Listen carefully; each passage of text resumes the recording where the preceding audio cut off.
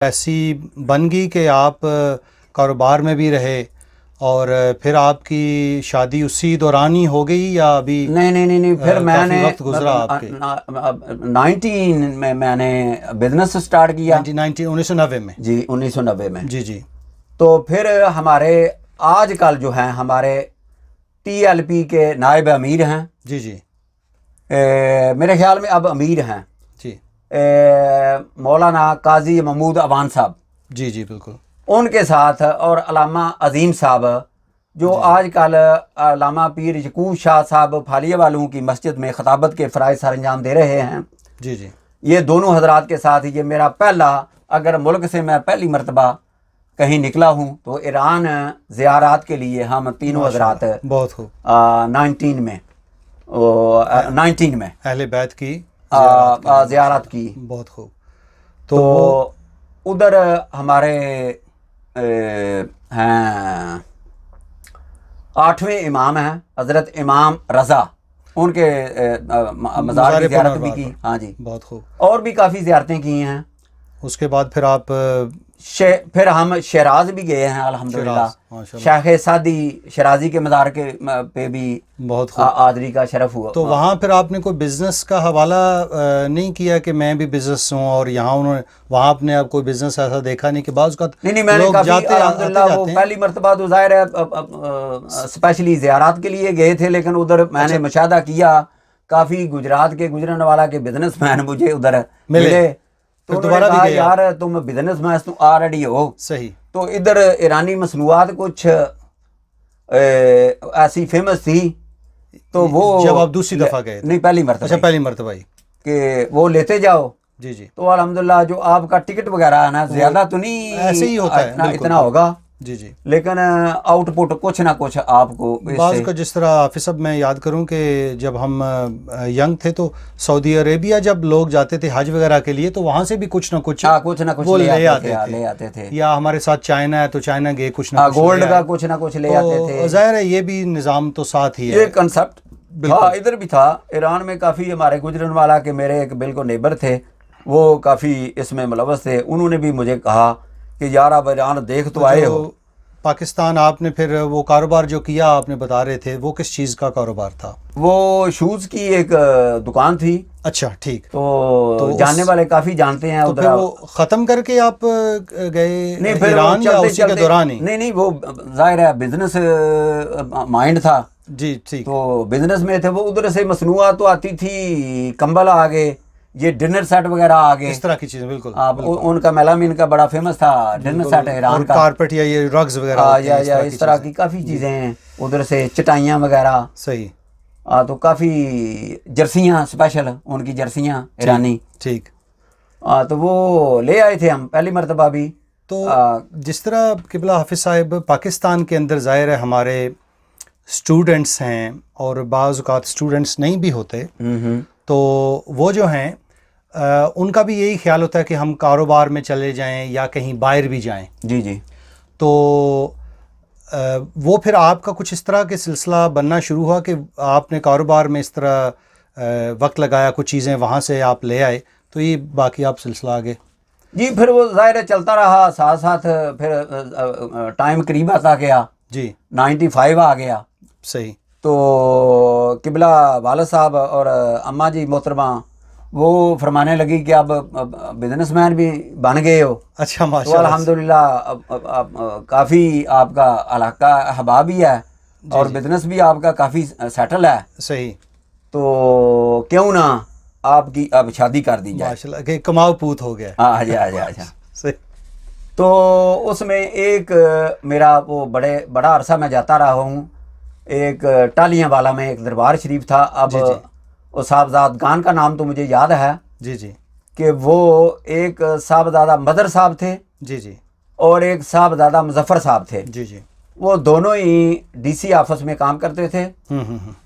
تو وہ مجھے نا جب میں ادھر یہ زبانہ طالب علمی کا جو ہے نا یہ دور ہے. جی.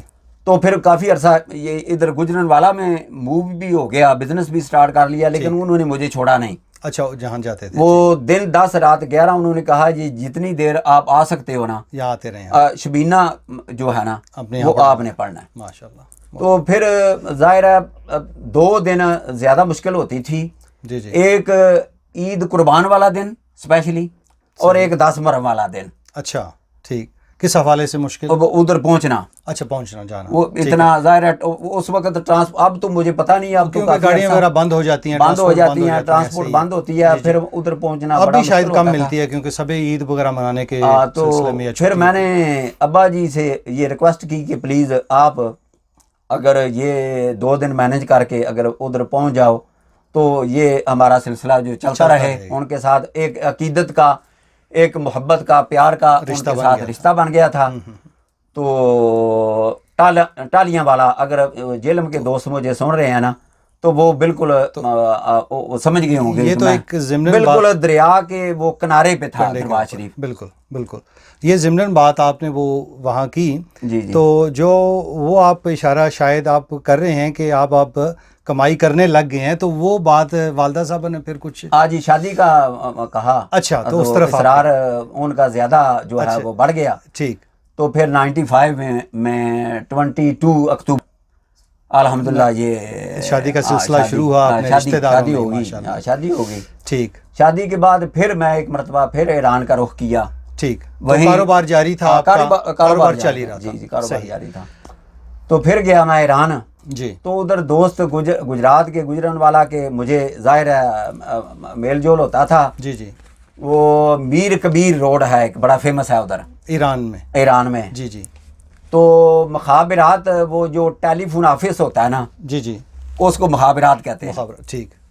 تو یا ٹرمینل وہ لاری اڈے کو کہتے ہیں. ٹھیک ہو گیا. تو 2 پوائنٹ تھے ادھر ملاقات ہوتی تھی جب کالے ہم بھی پاکستان کرنے جاتے تھے ادھر وہی ایک سہولت تھی مل جاتے تھے. یا کہیں موو ہونا ہے تو ٹرمینل پہ زیادہ ان کے ساتھ جو ملاقات باتیں ہوئی. تو انہوں نے کہا یار آپ اتنے سمجھدار ہو زمانہ ساز بھی ہو تو آپ کیوں نہیں اتنے پیسے بھی آپ کے پاس ہوتے ہیں. اس وقت یہی کچھ تھا 30-35 ہزار سے یونان لوگ پہنچ جاتے تھے.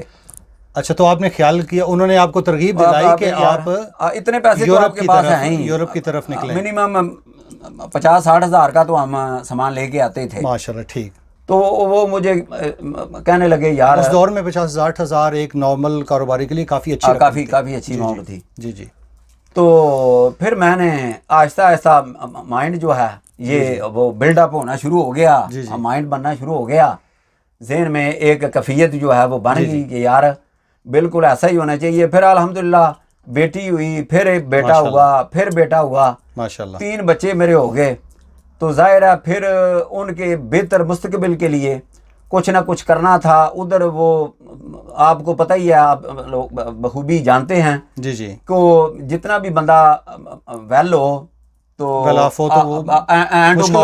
مشکل ہونے لگتی ہے اور بندہ سوچتا ہے کہ تو پھر میں اس کو بڑھایا جائے کسی طریقے سے. ایک میں نے اپنے مرشد خواجہ پیر محمد اسلم قادری صاحب رحمۃ اللہ علیہ کا ذکر پہلی قسط میں بھی کیا تھا. جی جی. پھر میں ان کے پاس جب بھی جانا تو میں نے یہیں عرض کرنا کہ حضور دعا فرمائیں, اجازت بھی فرمائیں اور دعا بھی فرمائیں کہ میں اب چاہتا ہوں کہ کہیں نہ کہیں باہر چلا جاؤں.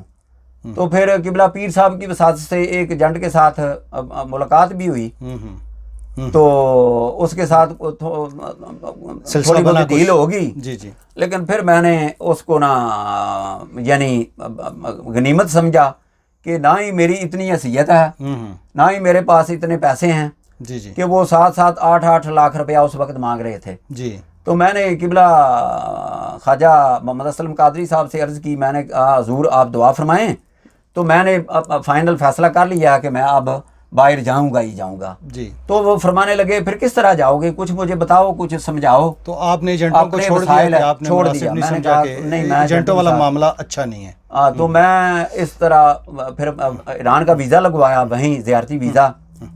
تو 3-4 پہلے بھی لگے ہوئے تھے, وہ ایزی میرا لگ گیا, میں ادھر آ گیا. آسانی ہو جاتی ہے. تو پھر اس طرح خواجہ صاحب نے مجھے ان کے الفاظ ابھی مجھے یاد ہیں. وہ فرمانے لگے یار بات سنو کہ آپ نے فیصلہ تو کر لیا ہے جانے کا، لیکن یہ راستہ بڑا کٹھن ہے، بڑا مشکل راستہ ہے، یہ تعین راستے کا بڑا مشکل کا کیا ہے، لیکن چلو الحمدللہ جاؤ، اللہ تبارک و تعالیٰ آپ کی مدد معاونت فرمائے گا، آسانی فرمائے گا، آپ کے لیے آسانیاں۔ تو پھر آپ نے یورپ پھر کافی مشکلیں میں نے جھیلی ہیں، یہ میرے خیال میں اب کافی لمبا ہو گیا پروگرام بھی، انشاءاللہ اگلی قسط میں آپ کا جو سفر ہے وہ تو آپ نے کمپلیٹ کر کے آپ کسی طریقے سے یورپ میں کس ملک میں آئے تھے آپ سب سے پہلے؟ میں سب سے پہلے ایران آیا ہوں۔ وہ تو ٹھیک ہو گیا، جب یورپین کس ملک میں؟ گریس میں آ گیا، گریس میں آ گیا، لیکن گریس ایک ویک کی شومی قسمت کے وہ ٹھیک ہو گیا۔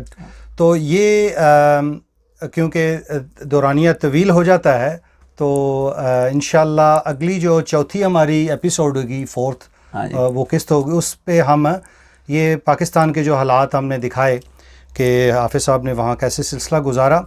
تو میں خود بھی ایک عام متوسط طبقے سے گھرانے سے تعلق رکھتا ہوں، اور حافظ صاحب نے جس طرح فرمایا حافظ صاحب سے، تو میں یہ ایک صدقہ جاریہ کے طور پہ یہ پیغام بھی ہے ہمارے بھائیوں کے لیے، دوستوں کے لیے جو اسٹوڈنٹس ہیں یا کم کاروبار والے، کہ اس طرح کے حالات پیش آتے ہیں کہ آپ باہر کی طرف رخ کرتے ہیں، لیکن یہ جو سفر ہے یہ آسان نہیں ہے۔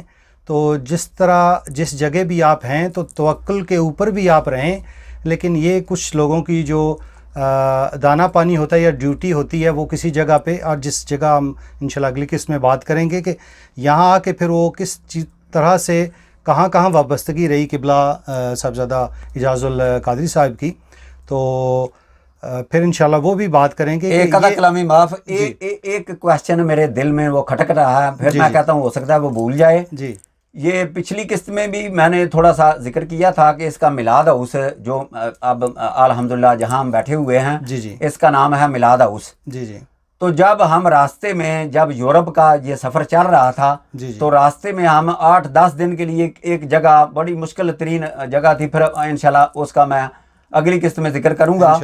تو میلاد الحمدللہ میری والدہ صاحبہ نے جو مجھے زیادہ راہ دیا تھا نا، چنے اور وہ کشمش اور وہ اس طرح کی چیزیں ملا کے، بادام وغیرہ، تو میں نے نا سارے دوستوں کے جتنے بھی دوست تھے نا، میں نے ان کو کہا کہ آج مجھے لگ رہا ہے، میرا دل کہہ رہا ہے میلاد شریف کا دن ہے۔ سبحان اللہ، سبحان اللہ، سبحان۔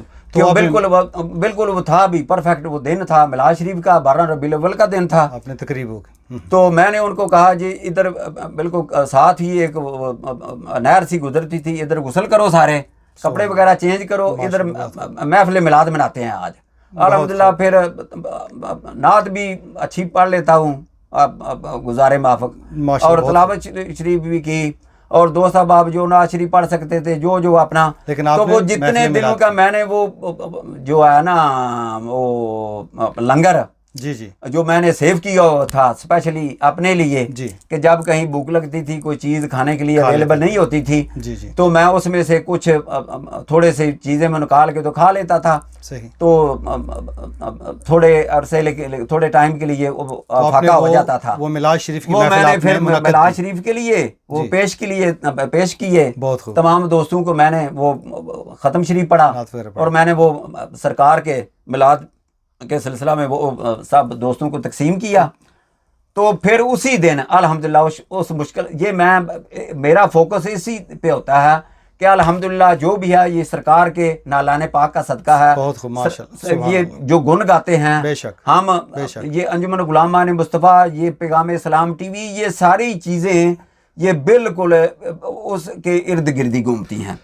یہ قبلہ حافظ صاحب میں عرض کروں، بعض اوقات ہم کسی نئی جگہ پہ جاتے ہیں تو جو ہمارے ارد گرد، کیونکہ وہ لوگ ہم سے مانوس نہیں ہوتے، جی جی جی، اور ہم شاید ان سے مانوس نہیں ہوتے، تو ہم مختلف قسم کی ایکٹیویٹیز کرتے ہیں آج کل، کیونکہ دینی حلقوں میں ناچ پڑھنے والے جو ہمارے نعت خوان احباب ہیں، تو لوگ سرا سے کھنچے کے رہتے ہیں کیونکہ دینی ماحول جو نہیں ہے۔ ہاں جی، بالکل بالکل۔ تو ان کے بارے میں کچھ ایسی بات کرنا کہ جناب یہ جو شخصیت ہیں یہ اس طرح کی ہیں، یہ شخصیت اس طرح کی ہیں، تو جب تک ہم کسی کو اچھی طرح سے جان نہیں لیتے، جس طرح قبلہ صاحب نے فرمایا کہ ان کا دینی گھرانہ تھا، ان کے والد صاحب بھی حافظ تھے، اور کہاں کہاں ان کی وابستگی رہی، کراچی گئے قبلہ پیر صاحب کے ساتھ مراڑیاں شریف، جی جی ہم اور ان کے ساتھ اور مظفر آباد بھی گئے ہیں، سہیلی سرکار ماشاءاللہ. تو جو آپ کی وابستگی رسول کریم صلی اللہ علیہ وسلم کی ذات کے ساتھ اور میلاد شریف منانے اور اس ذات کو بلند، اس کا نام بلند کرنے کے لیے تھی، وہ آپ کے دل میں تھی کہ آپ نے مشکل محسوس کی اور سوچا کہ یہ ہمیں محفل منانا چاہیے اور دل کہہ رہا ہے. جی جی.